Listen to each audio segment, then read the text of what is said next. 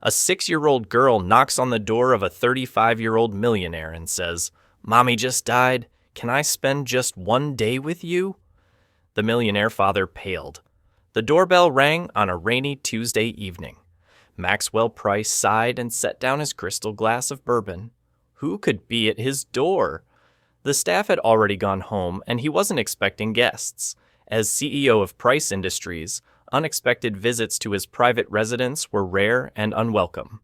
The bell rang again, more insistently this time. "I'm coming," he called out, annoyed at the interruption. The third quarter financial reports had just come in, and the numbers were lower than expected. He really didn't need any distractions. Maxwell walked through the marble foyer of his Boston penthouse. Italian leather shoes tapped on the floor. He saw nothing through the peephole. Frowning, he unlatched the security chain and opened the door a crack. Standing on the doormat was a small girl no older than 6, with honey blonde hair falling in damp curls around her face. She wore a pink backpack and clutched a worn teddy bear in her hands. Her large blue eyes seemed strangely familiar and were fixed on him. "How can I help you?" Maxwell asked, his annoyance shifting to bewilderment. "Are you lost?" The child shook her head. Raindrops flew from her hair. "Are you Mr. Maxwell Price?" she asked softly. "Yes," he answered cautiously. "Where are your parents?" The little girl's chin trembled, but her gaze remained steady. "Mommy said I should come to you if anything happened to her." She took a deep breath. "She died yesterday. A social worker brought me here. Mommy left a letter." Maxwell's hand tightened on the doorframe. "I'm sorry about your mother, but there must be some mistake. Who was she?" "Olivia. Her name is Olivia Hayes." The child's voice trembled. "I'm Emma. Emma Hayes." The name struck Maxwell like a physical blow. Olivia Hayes. 7 years ago, the summer before his company went public, before he became a millionaire. The woman who had disappeared from his life without explanation. "This is impossible," he whispered more to himself than to the child. Emma reached into her coat pocket and pulled out a folded, slightly damp envelope. "Mommy said I had to give this to you." Maxwell stared at the letter, his name written in a familiar hand he hadn't seen in years. His fingers trembled slightly as he reached for it. "Mr. Price?" Emma's voice was barely audible now. "Mommy's gone. Can I stay with you? Just for one night," she said. "She said you're my daddy." The world swayed beneath Maxwell's feet. He gripped the doorframe tightly to steady himself, suddenly feeling dizzy. "This can't be true." A raindrop fell from Emma's hair onto her cheek, mixing with a possible tear. "Please, Daddy." The word daddy echoed in Maxwell's thoughts, sending waves of shock through his strictly ordered world. Maxwell's hands trembled as he poured himself another bourbon. From the living room, he could hear Miss Wilson speaking softly to Emma. Words like adjustment period and transitional phase drifted into the kitchen, where he had retreated ostensibly to make hot chocolate for the child, his child, but in reality, to gather his scattered thoughts. The letter from Olivia lay open on the granite countertop. Its contents had turned his world upside down in just a few paragraphs. "Dear Max, if you are reading this, it means I am no longer here, and Emma has found her way to you. Yes, she is yours. I found out I was pregnant after I left Boston. I tried to contact you, but you had already moved, changed your number, and your new company was just starting to take off. I convinced myself you didn't need a complication like a child. Perhaps that was unfair. For that, I apologize. Emma is everything good in this world. She is smart, kind, and braver than a 6-year-old should be. She has your eyes and your stubborn determination. I told her about you, about the good times. She knows you didn't abandon her. You just didn't know about her. I have no more family, Max. I wouldn't trust our daughter to anyone. Paternity DNA is in the envelope. Please, if you ever loved me even a little, take care of the beautiful life we created. Always yours, Olivia." Maxwell closed his eyes. Memories flooded over him. 7 years ago, he was just another ambitious entrepreneur, working 18-hour days, determined to make his mark. Olivia was a bright spot in that chaos, an art gallery curator with an infectious laugh who somehow convinced him to take Sundays off, until one morning he woke up to find her gone. A simple letter explaining that their worlds were too different, that she couldn't fit into his future. He was hurt, then angry, and then just buried himself deeper in work. Now he understood the real reason for her departure. "Mr. Price?" Miss Wilson appeared in the doorway, pulling him from his thoughts. "Emma is tired. I explained she would be staying with you tonight while we sort things out." "Is this legal?" Maxwell asked, feeling completely out of his depth. "Don't we need to verify this?" "Mrs. Hayes's documentation is quite thorough," she replied, handing him her business card. "The DNA test results appear genuine, though we will conduct our own test for confirmation. As a biological father with no history of legal issues, you have rights. The question is what you want to do with them." And what did he want? 12 hours ago, his biggest concern was quarterly reports.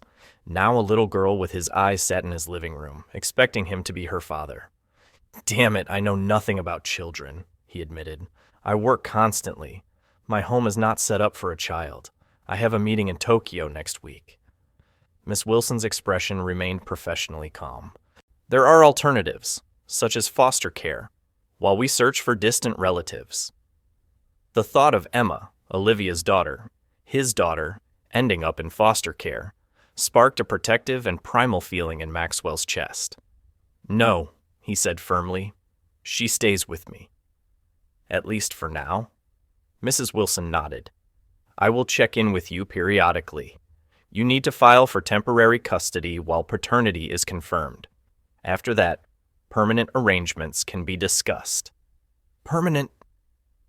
The word echoed in Maxwell's head. Nothing in his life had prepared him for this. Mrs. Wilson lowered her voice. "Mr. Price, Emma just lost her mother. She's remarkably resilient, but she's still a traumatized child. Whatever you decide long-term, please be gentle with her heart. Goodbye for now." Maxwell nodded, collecting the hot chocolate mugs. Returning to the living room, he saw Emma sitting primly on his white leather sofa, looking incredibly small against the minimalist furniture designed more for style than comfort. "I put extra marshmallows in yours," he said, handing her the mug. Emma accepted it cautiously. "Thank you." Taking a tentative sip, she asked, "Did you know my mommy well?" Maxwell sat beside her, maintaining a careful distance. "I knew her a long time ago. She was special. She said you're very smart and work hard. That's why you have such a big house." Emma looked around the stark, modern penthouse. "It's beautiful, but where are all your pictures?" "Pictures?" he repeated. "On the walls. Mommy had pictures everywhere. Me, Grandma, and Grandpa, her paintings." Maxwell suddenly saw his home through a child's eyes. A cold, impersonal space he'd paid a designer a hefty sum for. "I'm rarely home," he explained awkwardly. Emma nodded seriously. "And tomorrow I'm going to school?" The simple question highlighted how unprepared he was. School routines, a child's needs. "Not tomorrow," he said. "We need to sort some things out first." "Okay," Emma yawned, revealing a gap where a front tooth should be. "Mommy said you might be surprised to see me, but you'd figure out what to do." Yeah, grown-ups always figure everything out. Maxwell felt his throat tighten. Olivia had always believed in him, even at the end. As Emma's eyelids began to droop heavily, Maxwell realized with a panic that he didn't know where she would sleep. No spare room prepared, no children's pajamas, nothing. Outside, the rain continued to fall, washing away the certainties of his old life, leaving only questions. "Mr. Price," Rebecca, Maxwell's executive assistant, reminded him, placing a stack of folders on his desk. "The board meeting starts in 15 minutes. 3 days had passed since Emma appeared at his door. 3 days of frantic arrangements, calls to lawyers, and a crash course in parenting a grieving 6-year-old. Cancel it, Maxwell said, not looking up from his laptop where he was researching elementary schools. Rebecca blinked. Sir, it's the quarterly report. The entire board is here, including Mr. Thompson, who flew in from London specifically for this meeting. Maxwell rubbed his temples. He had barely slept last night. Emma had woken up crying for her mommy at 2 a.m, and he had sat awkwardly on the edge of the guest bed, rubbing her back until she fell asleep again. Reschedule it for next week, he said, finally looking at his assistant's shocked expression. Family emergency. The word family felt strange on his tongue. Until these days, he had no family. His parents had died in a car accident his senior year of college. There were no siblings. His few relationships had been fleeting casualties of his ambition. Now he had Emma, who was currently being looked after by a hastily hired nanny, a grandmotherly woman named Mrs. Sullivan, who had raised 5 children of her own, and came highly recommended by his lawyer's wife. Family emergency, Rebecca repeated, clearly confused. In her 5 years as his assistant, she had never seen Maxwell prioritize anything over work. Yes, Maxwell said, decisively closing his laptop, and I need you to clear my schedule for the rest of the week. Also, find out who is in charge of pediatrics at Massachusetts General Hospital. The best doctor they have. Rebecca's professionalism slipped slightly. Sir, are you ill? Not for me. Maxwell stood up, gathering his things. I need to go home. Tell Thompson I'll call him personally and explain everything. As Maxwell walked through the office, he noticed curious glances from employees who had never seen their CEO leave before 7 p.m. His phone vibrated. A message from Mrs. Sullivan. Emma asks, "When will you be home?" She made you a drawing. Something warm and unfamiliar swelled in Maxwell's heart. 30 minutes later, he walked through the door to find Emma at the dining room table, surrounded by art supplies. Mrs. Sullivan looked up, surprised. You're early, Mr. Price. Maxwell, please, he corrected automatically, his focus on Emma, who was meticulously coloring a purple dinosaur in a business suit. Emma looked up, her face lighting up. You're back. The simple statement hit Maxwell like a physical blow. Of course, she was afraid people left and didn't come back. Her mother had just died. I live here, he said, setting down his briefcase. I'll always come back. Emma slid off her chair and walked shyly towards him, holding out her drawing. I made this for your office. Mrs. Sullivan said you might like it. Maxwell gently accepted the drawing. It's magnificent, thank you. That's you, Emma explained, pointing to the dinosaur. But as a T-Rex because they're strong and have big teeth. Mrs. Sullivan helped me write your name. Indeed, Mr. Maxwell was crookedly written at the top. I'll put it right on my desk, Maxwell promised, suddenly determined to do just that despite his management team's opinions. After Mrs. Sullivan left, having arranged to return in the morning, Maxwell was alone with Emma for the first evening. He ordered dinner delivery, pizza, which seemed a safe choice, and now they sat across from each other at the enormous dining table. Do you want to see Mommy? Emma suddenly asked, pulling a small photo album from her backpack. Maxwell's heart beat faster. Yes, he managed to say, taking the album with hesitant hands. There she was, Olivia. Her brown hair was longer than he remembered.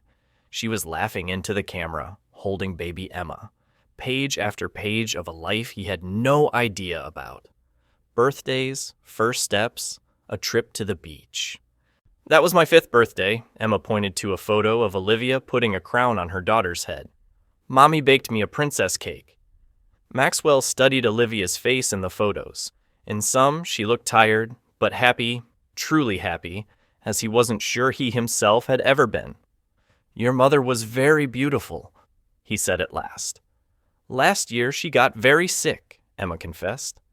A small finger traced Olivia's image. That's why her hair is different in these photos. The medicine made it fall out, but then it grew back curly. She said it was magic. Cancer. It must have been cancer. Why then didn't Olivia contact him? Pride, Fear. The thought of her going through an illness alone, raising their child, filled his chest with complex feelings of guilt and sorrow. "Emma," Maxwell began cautiously, "I want you to know. If I had known about you, I would have helped your mommy and you." Emma looked at him with those strangely familiar blue eyes. "Mommy said you didn't know about me because you were very busy becoming important, but that someday, when I needed you, you'd be there." She tilted her head. "Are you important now?" The question, so innocent and yet so piercing, made Maxwell reevaluate everything he had built. His company employed thousands. His innovations had changed industries. His wealth could buy almost anything, except the years he had missed with his daughter. "I thought so," he answered honestly. "Now I'm not so sure." "Absolutely not," Maxwell replied firmly into the phone, pacing his home office. "The Jensen deal remains frozen until I personally verify the numbers." He glanced at his watch. 8 p.m. He needed to leave in 15 minutes to pick Emma up after her first day at her new school. After 2 weeks of temporary custody, the DNA test confirmed what Maxwell had already accepted in his heart. Emma was undeniably his daughter. The court granted him full custody, as Olivia had named him in her will, and there were no claims from heirs. His life completely reorganized around Emma's needs. The sterile penthouse was slowly changing. Bright pictures appeared on formerly bare walls. A soft purple comforter replaced the crisp white bedding in what was now officially Emma's room. Child safety experts had come to secure cabinets and cover sharp corners. "Sir," his assistant said over the intercom, "the board is requesting an urgent meeting. They're concerned about your reduced hours and the delay with Jensen." Maxwell sighed. "Schedule it for tomorrow morning, exactly 9 a.m. He hung up and looked at his watch again. 8:20 p.m. The nanny had called in sick this morning, abruptly disrupting his carefully constructed schedule. He had driven Emma to school himself, sitting awkwardly among the mothers in the gym on the playground. And now he would have to leave an executive meeting early to pick her up. The phone rang again. Robert Thompson, his largest investor. "Maxwell," he said sharply with a British accent. "What's this I hear about the Jensen delay? We discussed this extensively last quarter." "New information has surfaced," Maxwell replied, gathering his keys. "Their debt structure is more complex than initially reported." "That's what we have accountants for," Thompson retorted. "It's not like you to waver. Rumors about your personal situation are unsettling investors." Maxwell tensed. "My personal situation is my daughter, Robert, and she's not open for discussion." "A daughter no one knew about until 2 weeks ago," Thompson said gruffly. "How convenient, just as your company's value hits 8 figures. White-hot rage pierced Maxwell. "Emma, my child, is legally confirmed. If you or other investors have doubts about my commitment to Price Industries, I'd be happy to buy out your shares." Silence hung on the line. "There's no need for that," Thompson finally said. "But at tomorrow's meeting, be prepared to discuss how you intend to manage your new responsibilities." Maxwell ended the call and paused for a moment, feeling unexpected emotions stir within him. In 2 weeks, Emma had become more important to him than he could have imagined. A fierce, protective love for her had caught him completely off guard. At 8:30, he stood at Westfield Elementary School among a group of mothers and nannies. He kept checking his watch, feeling uncomfortable in this new environment.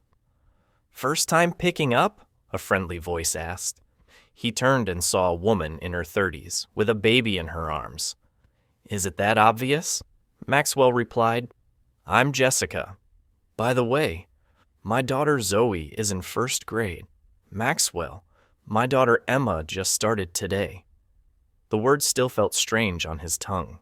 "My daughter Emma is new to the area," Jessica asked. Before Maxwell could answer, the school doors opened and children began to pour out. He spotted Emma immediately. Her light hair was pulled back in a neat ponytail Mrs. Sullivan had done that morning. She walked beside a dark-haired girl, chatting animatedly. When Emma saw him, her face completely lit up. "Daddy!" she called out and ran towards him. "Daddy!" Another word he was still getting used to.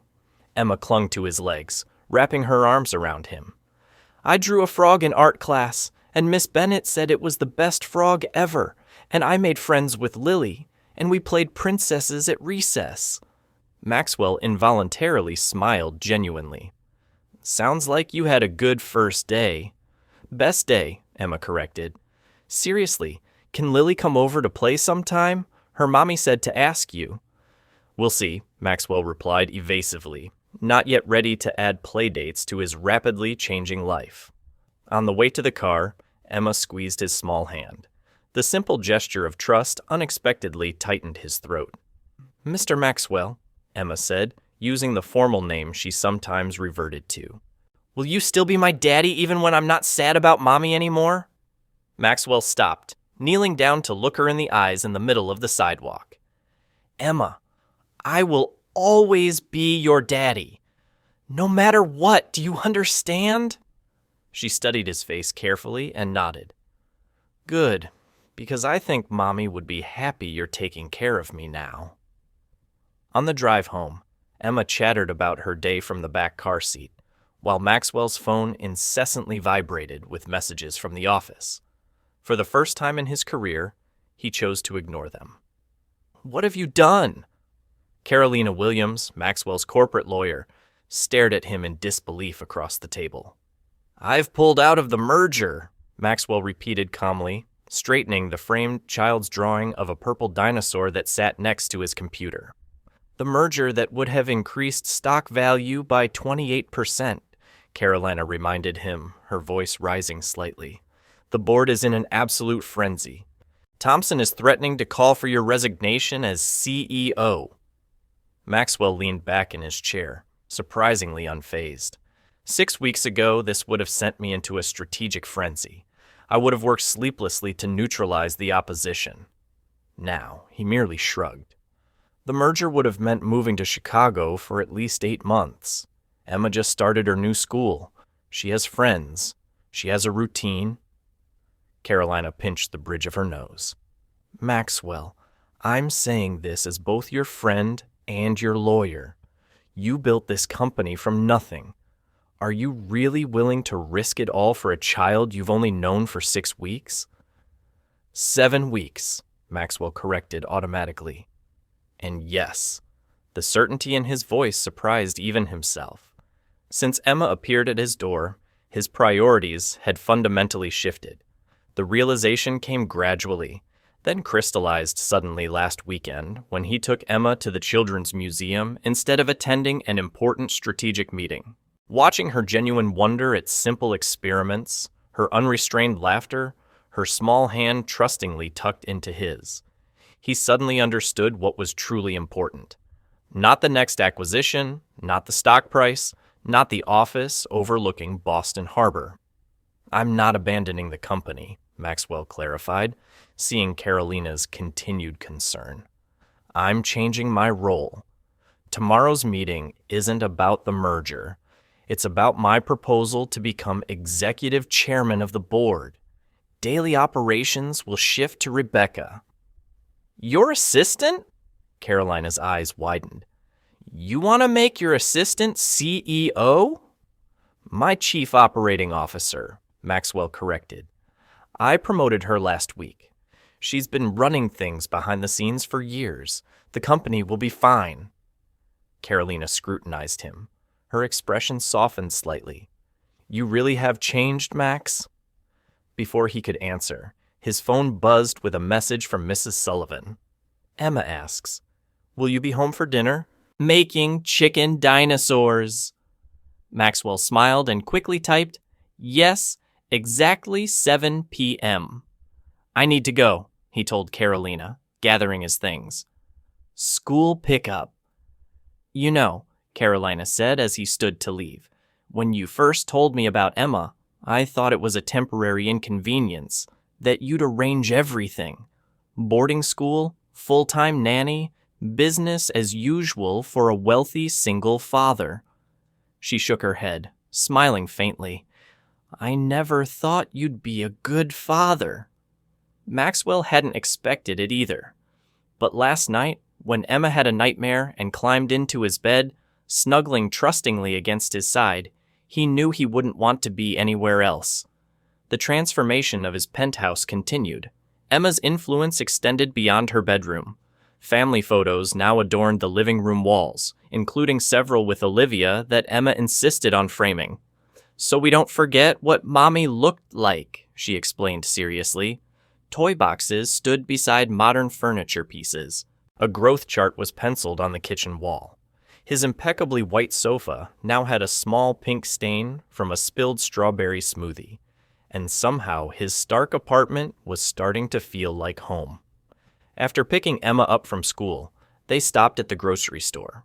A new routine. Emma rode in the cart, helping choose groceries for the week. Can we get Lucky Charms? She asked hopefully, pointing to the brightly colored cereal boxes. Your mommy let you eat Lucky Charms? Maxwell asked skeptically, remembering Olivia's passionate beliefs about organic food. Emma's face fell slightly at the mention of her mother. Only on special days, but she said we should try new things in our new life. Our new life. The phrase resonated in Maxwell's mind. That's exactly what it was. One box, then, he agreed, unable to resist her hopeful look. On special days at home, Emma set the table and Maxwell heated up the dinosaur-shaped chicken nuggets Mrs. Sullivan had prepared. Another change. He now left work early enough to relieve the nanny and have dinner with Emma himself. Mr. Maxwell, Emma carefully cut her broccoli into tiny pieces. Is your job mad at you because of me? Maxwell almost choked on his water. What? Why would you think that? Emma pushed the broccoli around her plate. I heard Mrs. Sullivan talking on the phone. She said you were giving up your important job because of family obligations. So, because of me, am I a family burden? The innocent question nearly broke Maxwell's heart. Em, look at me, he said softly. You're not a burden. You're a gift. A gift I didn't know I wanted until you arrived. I'm not giving up anything important at all. I'm gaining something better. But you worked very hard to be the boss, Emma insisted. Mommy said you were the smartest and hardest working person she knew. Maxwell thought of Olivia, of the decisions they had both made. Being the boss isn't always the most important thing. It took me a long time to realize that. Too long. Later, after bath time and 2 bedtime stories, Maxwell sat on the edge of Emma's bed, watching her eyelids droop heavily. Daddy, she whispered sleepily. I'm glad you're my daddy. As Emma drifted to sleep, Maxwell remained by her side, marveling at how this little girl had completely transformed his life in just 7 weeks.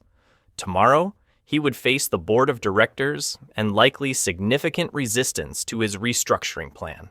His carefully built empire might indeed be at risk, and for the first time in his driven, ambitious life, Maxwell Price felt he didn't care.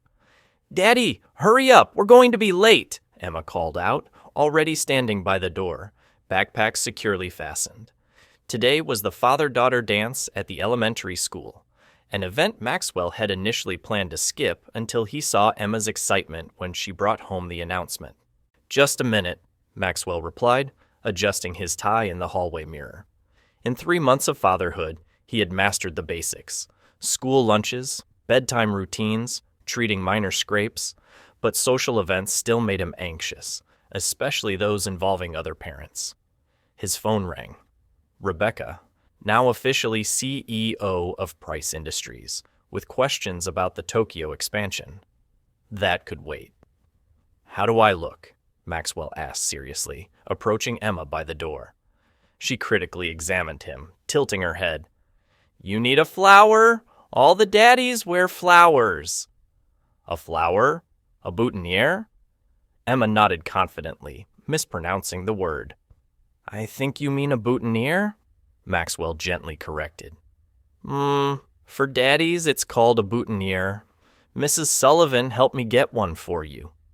She pulled a slightly crumpled pink carnation with a pin attached from her backpack. She showed me how to pin it on. Maxwell knelt so Emma could reach his lapel. Her little face wrinkled in concentration as she tried to pin the flower, her tongue peeking out slightly between her teeth, an expression so reminiscent of Olivia that Maxwell's heart squeezed. "There," she announced proudly, though the flower hung at an odd angle. "Now you're perfect." In the car, Emma chattered brightly about her classmates and their fathers. Maxwell listened, trying to match names to the few parents he'd met at morning and afternoon pickups. "Lily's daddy is a firefighter," Emma announced, "and Zoe's daddy cooks at a restaurant. What do you tell people you do?" The question caught Maxwell off guard. "I say I run a company." Emma nodded. "Mrs. Sullivan says you're very important, and you make innovations that change lives, but I don't know what that means." Maxwell smiled. "It means I help create new things that help people do their jobs better. Like teachers. Sometimes teachers, sometimes doctors or scientists." Emma pondered. "That's good, but not as good as a firefighter, right? Because they save people from burning buildings." Maxwell laughed. "Definitely not as good as a firefighter." At the school, the gymnasium was decorated with streamers and balloons. Dozens of fathers and daughters in their celebratory attire filled the space. Many were already dancing to the lively music. Emma tugged his hand. "Over here. Look, there's Lily. Can I go say hello?" "Of course," Maxwell nodded, watching her dart off to a group of girls discussing dresses. He stood awkwardly at the edge of the hall, keenly aware of being an outsider among these families. "First dance?" a voice asked nearby. Maxwell turned to see a man in his 40s with a cup of punch. "Is it that obvious?" Maxwell asked with a smile. The man laughed. "You've got that look. Where's the exit? What all fathers had their first time. I'm Daniel, Zoe's dad." "Maxwell, Emma's father." The introduction was becoming more natural. Emma's father. Not CEO, not founder, father. "Ah, you're new," Daniel said. "Single dad. Yes, Emma's in my Zoe's class. Great kid." Maxwell nodded, unsure how widely known his situation was. "Yes, Emma's mother passed away recently." Daniel's face darkened. I heard. That's tough. My wife and I were thinking, maybe Emma would like to come over for a play date. Zoe talks about her constantly." Before Maxwell could reply, the music shifted to a slow song, and Emma appeared at his side. "Daddy, it's time for the father-daughter dance." She tugged his hand firmly. "Come on." On the dance floor, Maxwell lifted Emma so she stood on his feet, holding her small hands as they swayed to the music. Her face glowed with joy. She was completely absorbed in the moment. "Are you having fun?" he asked. Emma nodded vigorously. "This is the best night of my life. All the girls said my daddy is the prettiest here." Maxwell smiled, unexpectedly touched by this elementary school assessment. "Well, I definitely have the prettiest daughter.